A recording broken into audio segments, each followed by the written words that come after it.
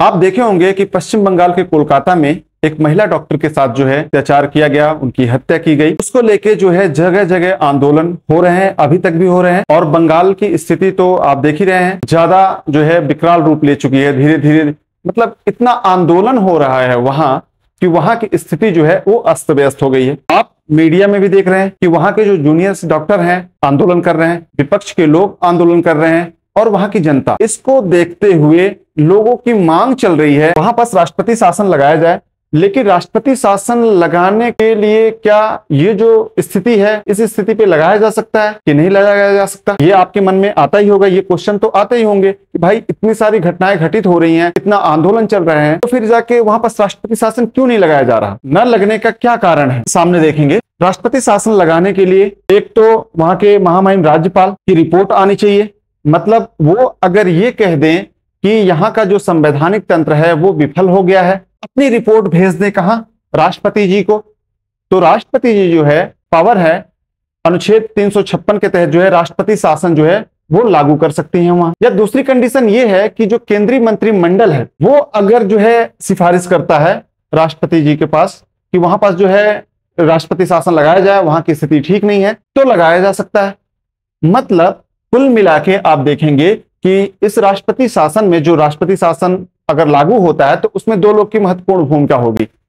एक तो महामहिम राज्यपाल जो पश्चिम बंगाल के राज्यपाल होंगे वो, और दूसरा जो है वो केंद्रीय मंत्रिमंडल जो है। आप देखेंगे कि हर जगह आपको दिखेगा कि राष्ट्रपति जी जो हैं वो मंत्रिपरिषद की सिफारिश पे काम करते, लेकिन आप देखेंगे यहां पास जो है मंत्रिमंडल शब्द का जो है उल्लेख किया गया है।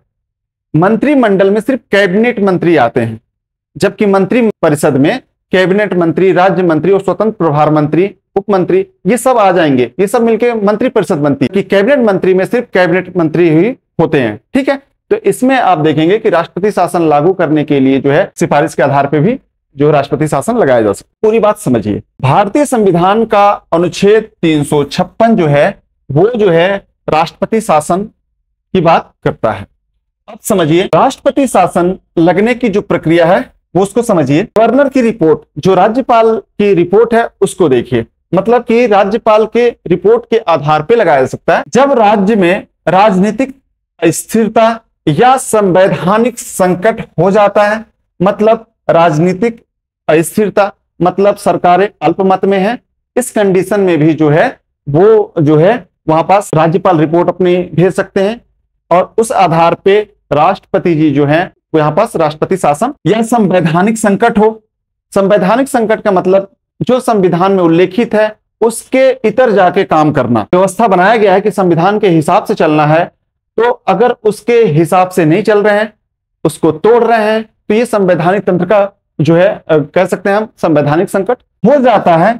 जैसे कि कोई सरकार बहुमत खो देती है, इस कंडीशन में भी जो है राज्यपाल राष्ट्रपति को रिपोर्ट भेजते हैं कि राज्य में संवैधानिक तंत्र विफल हो गया है। राष्ट्रपति के पास जो रिपोर्ट जाएगी उस आधार पर राष्ट्रपति शासन लगा सकते। केंद्रीय मंत्रिमंडल को अनुच्छेद 356 के तहत राष्ट्रपति शासन लगाने की सिफारिश करता है। मतलब जो केंद्रीय मंत्रिमंडल है वो क्या करता है, राष्ट्रपति शासन लगाने की राष्ट्रपति से सिफारिश करता है।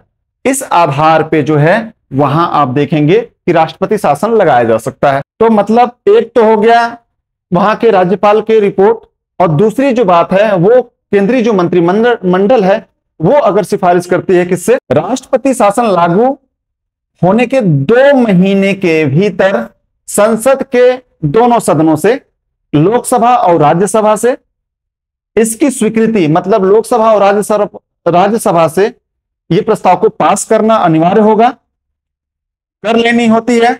अगर संसद से स्वीकृति मिल जाती है तो यह राष्ट्रपति शासन कितने महीने तक लागू होगा, 6 महीने तक लागू रहता है। इस 6 महीने करते हुए जो है अधिकतम जो है 3 वर्ष तक जो है राष्ट्रपति शासन लगाया जा सकता है ना। इसे अधिकतम कितने वर्ष तक लगाया जा सकता है, 3 साल तक, 3 साल से अधिक तक बढ़ाया जा सकता है। लेकिन हर 6 महीने में संसद की स्वीकृति जरूरी होती है।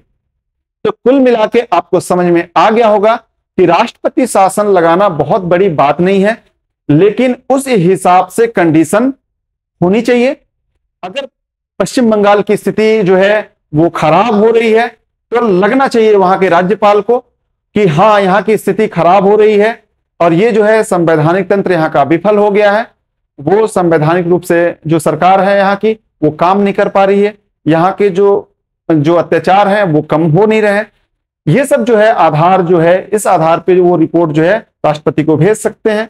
उस आधार पे राष्ट्रपति जो है वो वहां पास राष्ट्रपति शासन जो है भारतीय संविधान के अनुच्छेद 356 के तहत लगा सकते हैं। कुल मिला के इस वीडियो में आपने राष्ट्रपति शासन को समझा। इस वीडियो में सिर्फ इतना ही। धन्यवाद।